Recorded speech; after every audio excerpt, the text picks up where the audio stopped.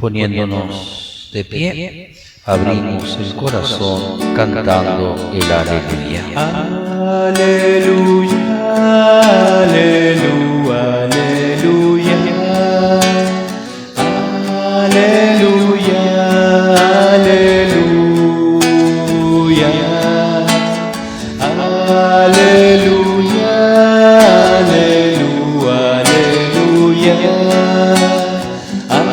Aleluya, aleluya. Señor, abre nuestro corazón para que aceptemos la palabra de tu Hijo. Aleluya, aleluya, aleluya. Aleluya, aleluya. El Señor esté con ustedes. Y con tu espíritu. Evangelio de nuestro Señor Jesucristo según San Marcos. Cuando Jesús volvía de la región de Tiro, pasó por Sidón y fue hacia el mar de Galilea, atravesando el territorio de la Decápolis. Entonces le presentaron a un sordomudo y le pidieron que le impusiera las manos. Jesús lo separó de la multitud y llevándolo aparte, le puso los dedos en las orejas y con su saliva le tocó la lengua. Después, levantando los ojos al cielo, suspiró y le dijo: Efatá, que significa ábrete. Y enseguida se abrieron sus oídos, se le soltó la lengua y comenzó a hablar normalmente. Jesús les mandó insistentemente que no dijeran nada a nadie, pero cuanto más insistía, ellos más lo proclamaban y en el colmo de la admiración decían: todo lo ha hecho bien, hace oír a los sordos y hablar a los mudos. Palabra del Señor. Podemos sentarnos.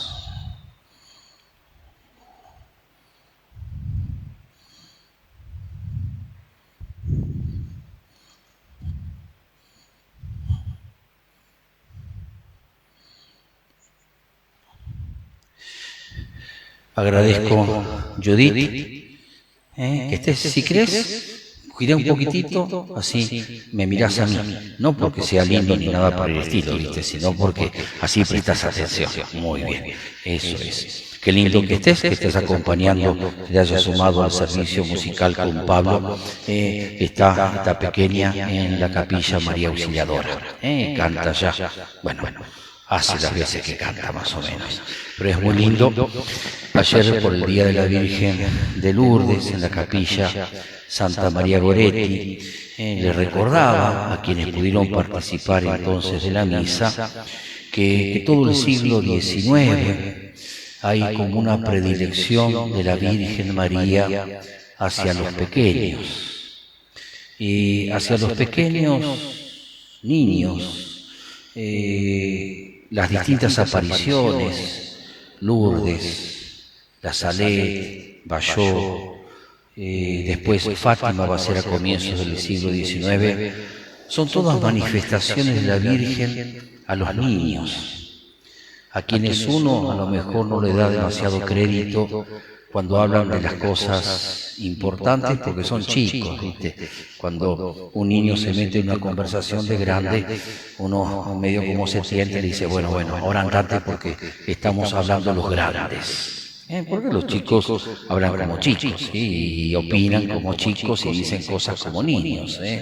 Pensar que Santa Bernadette, Santa Bernardita, era una niña analfabeta, con un cierto retraso madurativo, de tal manera que cuando ella en la gruta, donde tiene que entrar, que era todo barro, escucha que la señora, la Virgen María, en la aparición evidente y oyente, Bernardita, que haga un pocito para que brote el agua que hoy es el manantial de Lourdes. Ella lo hace con una inocencia total porque no lo cuestiona, pero después las autoridades eclesiásticas, el sacerdote, el párroco del pueblo donde ella iba, no había hecho todavía la primera comunión, el obispo, medio como dice, son fantasías de la nena, y además no sabía leer, escribir, era inculta, analfabeta, entonces ¿qué viene? Estuvo ahí en el bosque, en la gruta, y pensó que se le apareció algo. Dice, no, yo soy, me dijo, yo soy la Inmaculada Concepción, me dijo. Es decir, la Virgen se presentó como yo soy la Inmaculada Concepción y esa expresión no estaba en el lenguaje ordinario de la gente, ni siquiera de los eclesiásticos, ni de los obispos, teólogos, era una expresión que estaba acuñada en España, pero que no había trascendido las fronteras de España, y Lourdes está en Francia, y de tal manera que era medio como raro esto, yo soy la Inmaculada Concepción, ¿qué es eso? Y después cuando el Papa declara el dogma de la Inmaculada Concepción, se sorprende que esta niña lo sabía antes que la Iglesia lo declarara verdad de fe para nosotros. Y Bernardita, no sé si sabías, Judith, le hicieron tomar la comunión un poco por lástima, porque no podía memorizar las oraciones, pero se burlaban de ella también porque parece que hablaba de una manera media gangosa y entonces no se le entendía muy bien lo que decía. Y después, cuando entró en religión, cuando se quiso dedicarse a la vida consagrada, como no sabía rezar el oficio, leer la palabra de Dios, no sabía cantar, la mandaron a la cocina a pelar papa y zanahoria. Esa fue la vida de Santa Bernardita, la que nos trajo la Virgen de Lourdes. Es increíble, ¿no? Esta predilección de la Virgen hacia los pequeños. Qué hermoso que es esto. Así que qué alegría que estés acá, Judith. Qué lindo que los chicos puedan tener su lugar en nuestra comunidad, el lugar principal. Ya lo saben, los niños primero siempre en nuestras comunidades. Estamos celebrando la misa por los de San José, pero con una intención pidiendo por los enfermos. Y acabamos de escuchar en el Evangelio el final del capítulo 7. Es una bisagra en el Evangelio de San Marcos este capítulo, ya que terminan todos los milagros de Jesús sobre los enfermos y ahora se va a empezar a dar el desenlace que va a terminar en la pasión. Lo cómico, lo digo así, es que termina este capítulo con esto: todo lo ha hecho bien. Todo lo ha hecho bien. Si todos los milagros que hizo, las curaciones que realizó sobre los enfermos, todo lo ha hecho bien. Así termina esta primera parte del Evangelio. Y sabemos cómo termina la segunda parte. Jesús condenado a muerte. Todo lo ha hecho bien y termina condenado a muerte, con sufrimientos, con dolores, con la soledad acompañada de sus amigos y discípulos, con la presencia sola de María, su madre, al pie de la cruz, y todo lo ha hecho bien y termina en la cruz. Simplemente para que lo tengamos presente, porque forma parte también de nuestra vida de oración. Decíamos el otro día cuántos cuestionamientos que tenemos, porque pensamos que Dios medio como que se olvida de nosotros por las cosas que suceden, o por las cosas que nos pasan, o por las cosas que nos hacen, y medio como esperamos una recompensa por tratar de ser honestos, íntegros, buenos, generosos, todo lo ha hecho bien y termina en la cruz. Nosotros somos discípulos de Jesús, nos llamamos sus seguidores, la fe es eso. La fe no es una cuestión estática de estar y poner las manos juntitas y decir yo creo. La fe es dinámica, seguís al Señor en el camino de la vida, te convertís en su discípulo, te terminás haciendo servidor. Todo esto estamos trabajando con los catequistas, creo que es muy lindo, pero es para todos. De tal manera que la fe te lleva a imitar a Jesús. De tanto seguirlo, de tanto estar cerca de Él, lo terminás imitando. Qué hermoso que es esto. El otro día le preguntábamos a Jesús quién le enseñó a ser como era, con esas actitudes de amabilidad, de paciencia, de servicio, de entrega. Y Él simplemente lo que nos decía, si nos ponemos a hablar con Él, si les contesta me dicen cualquier cosa, pero si se ponen a hablar con Él y Jesús les contesta, va a decir, de ella aprendí todo, de Él aprendí todo, ¿sí o no? Nosotros tenemos, Pablito, un dicho muy lindo, de tal palo, tal astilla, ¿sí o no?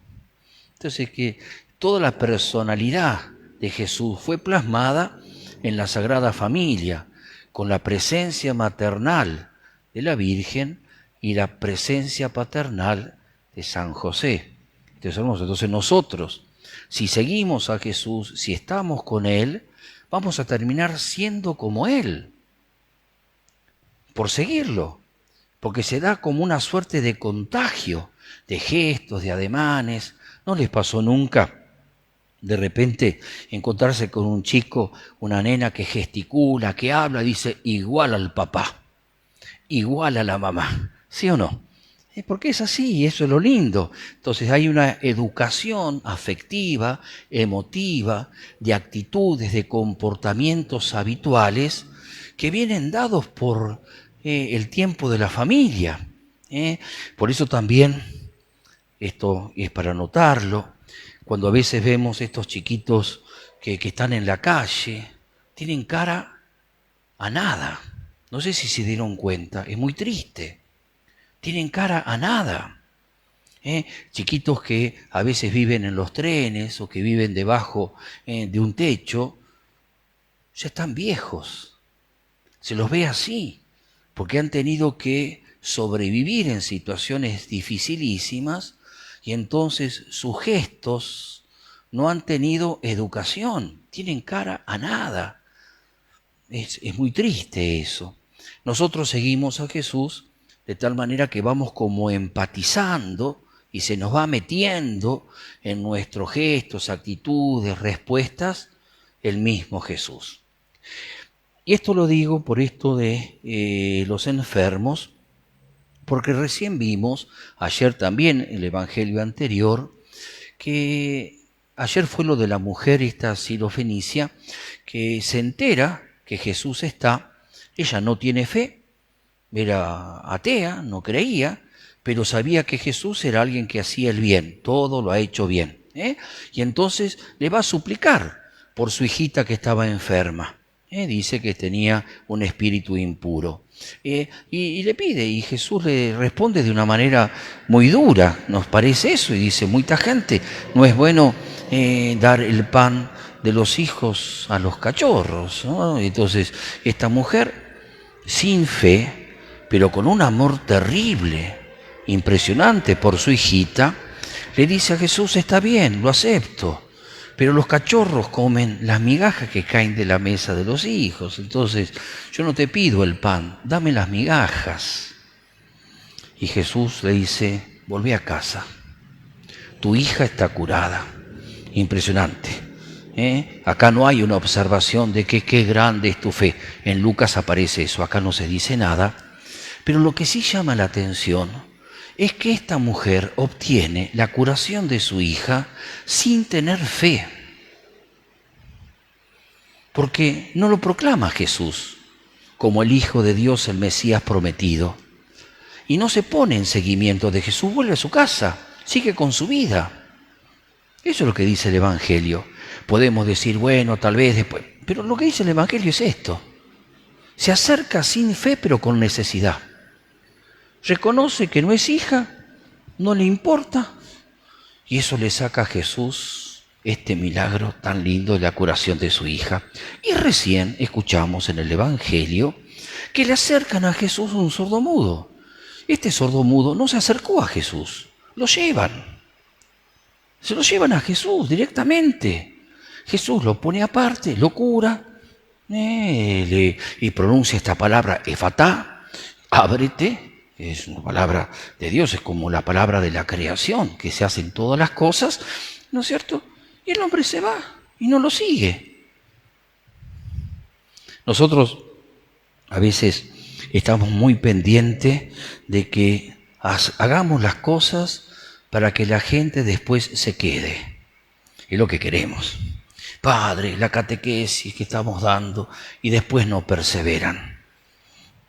Y la gente se fue. No lo siguieron a Jesús.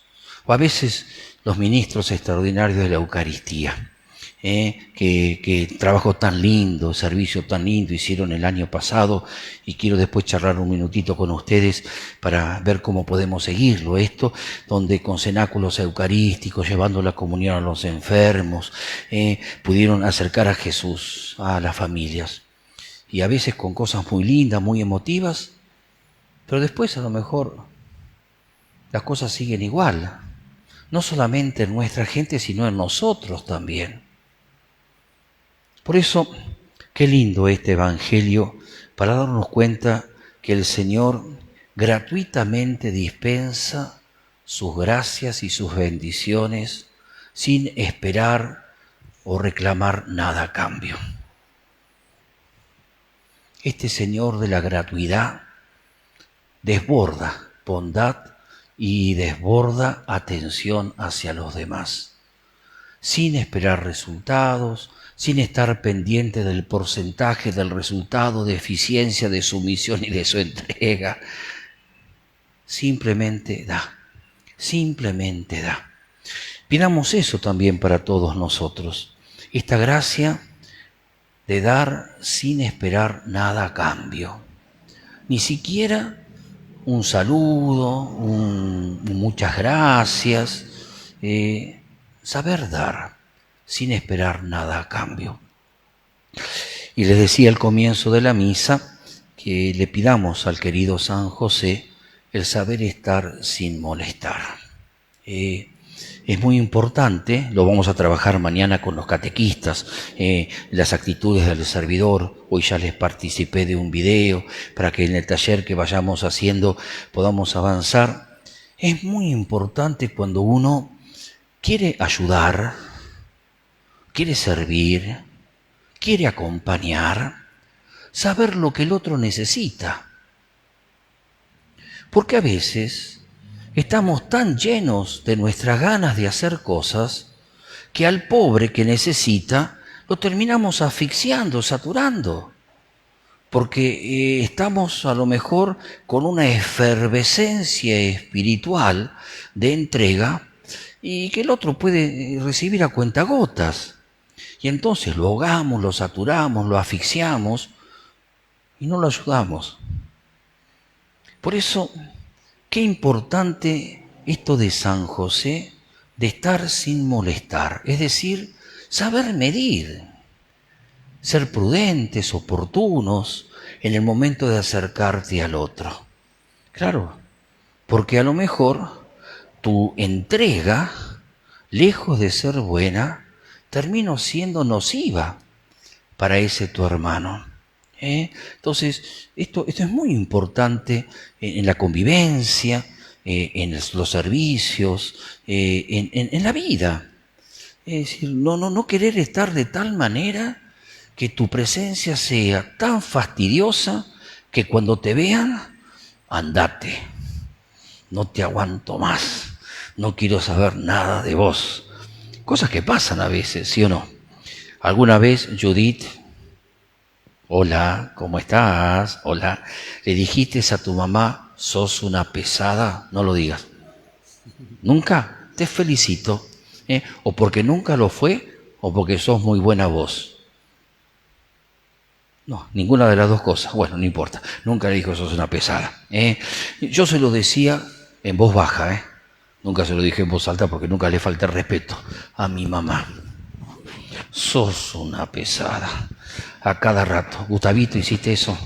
Gustavito, ¿qué vamos a decir? Que sentís como que te está ahogando, que te está saturando o te está persiguiendo, ¿no? Nunca le dije, mamá, sos una pesada, ¿no? Jamás me lo, pero a veces uno lo siente. Bueno, qué lindo si le pedimos a San José la delicadeza de saber estar sin molestar. Pongo especialmente en la patena de la misa a los ministros extraordinarios de la comunión. Vamos a ver, después vamos a hablar un poquitito cómo sigue este año. Ya el año pasado no se renovó, si se acuerdan lo que era el servicio. El señor obispo dejó que cada sacerdote lo hiciera en sus comunidades de acuerdo a los trabajos que hubiera. Siempre hay una misa en donde el obispo les da el encargo, que siempre es por un año, que se va renovando y que la expresión lo dice muy lindo, ministros extraordinarios de la comunión. Es decir, no son ministros ordinarios, es el sacerdote, es el diácono, sino que son extraordinarios. Extraordinarios no porque la persona es extraordinaria, eso sabemos que no es así, sino porque la misión que la Iglesia les confía es totalmente extraordinaria. Es decir, no es ni debida ni ordinaria, es extraordinaria, que la Iglesia le confía a algunos fieles, laicos, hombres y mujeres, con condiciones justamente para servirlo, con una reputación en la comunidad que no es escandalosa, sino que tienen un buen nombre en la comunidad, que aman a Jesús Eucaristía, a que ayuden al sacerdote en lo que es la distribución de la Eucaristía o lo que es la devoción o el culto eucarístico. Esto es muy lindo, por eso siempre el ministro extraordinario de la comunión tiene que estar temblando, porque tiene a Dios en sus manos. Esto es muy hermoso. Y siempre golpearse el pecho y decir, no soy digno, no soy quien, pero el Señor me pide que preste este servicio. Vamos a pedir por ustedes, por los que no han podido acercarse y participar de la misa, y también la gratitud de las comunidades por la entrega en cada servicio. Le vamos a pedir a Pablo, que está acompañado por la pequeña Judith, que nos cante, si les parece, para el ofertorio.